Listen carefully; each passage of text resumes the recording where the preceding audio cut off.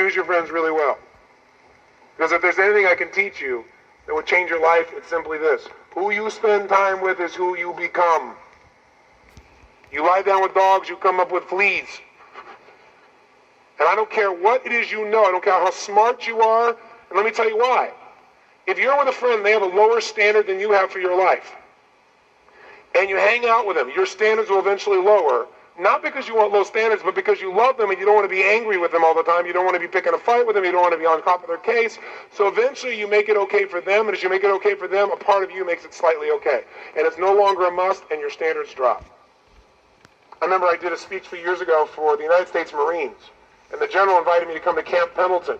He said, I want you to talk to the Marines about raising their standards. I was like, the Marines raising their standards? Right? He said, you're the master of this. I want to take these people to another level. So I agreed to do this, and, the Marines, they didn't want to pay anything. And they said, could you do it for free? I said, I'd like to serve my country, but what can my country do for me? He said, all right. He said, I want to add value for you too. I said, I'll absolutely do it, but can you arrange something fun for me while I'm there to do also? He goes, got it.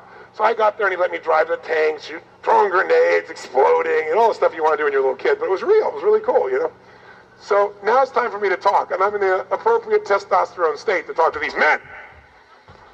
And he brings these men outside, and at 12 noon I'm speaking. It's 105 degrees, with little exaggeration, between 100 and 105. And a bunch of them, maybe 200 of them, were out on a survival thing for 4 days. They have had no food for 4 days. They had one more day, but he didn't want to wait. He wanted to hear me speak. They're in full battle dress with guns and war paint. They're standing like this, and I'm thinking, I better be good. So I got up there. And we rocked them. So at the end, the general came with me, and we were driving, and he's taking me out to fly one of these Apache helicopters. And I said, I'm feeling good at this point, right?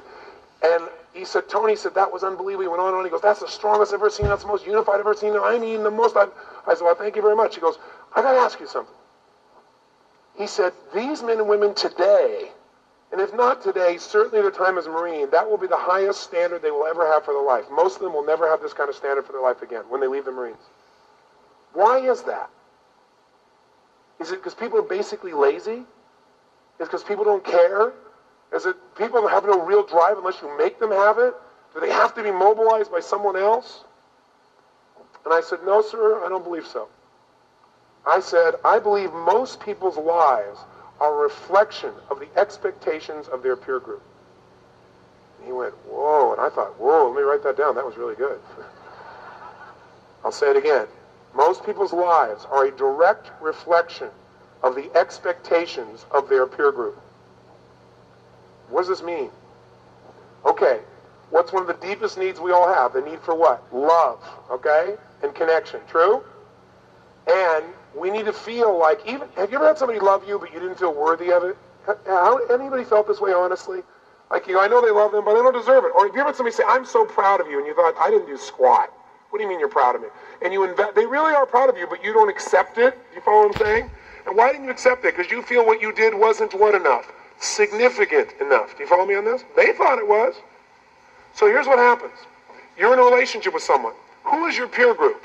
Your peer group is anyone that you care significantly about what they feel about you. That's who your peer group is.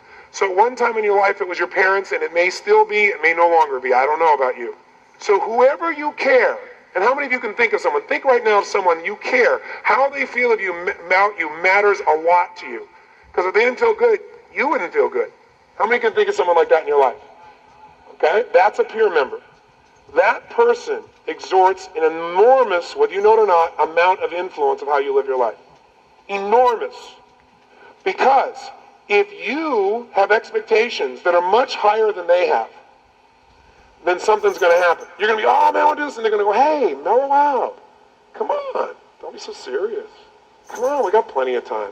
Come on, just take a bite. Just one piece. Now, are they trying to hurt you? No. They have a lower expectation for themselves than you have for yourself. So now we have a gap. Now, they're not trying to hurt you. They just don't want to lose you.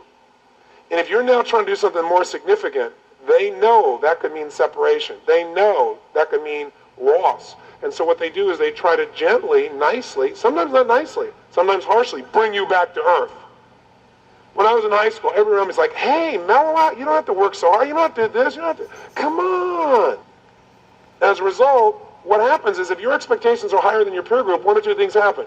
Either in order to get their love, you drop to their level, or you bring them up to yours, or you form a new peer group. If you stay in that peer group, you will eventually meet their expectations if you don't lead them. You'll drop to their level because our need for love is so deep in every one of us. True or false? Sooner or later, you don't want to fight all the time, so you go, all right, fine. Pretty soon, you make it okay for them, So whoever you spend time with is who you become. Now here's the challenge. You go, yeah, well, what if my peers are my family? Here's what's interesting. Love your family, choose your peers.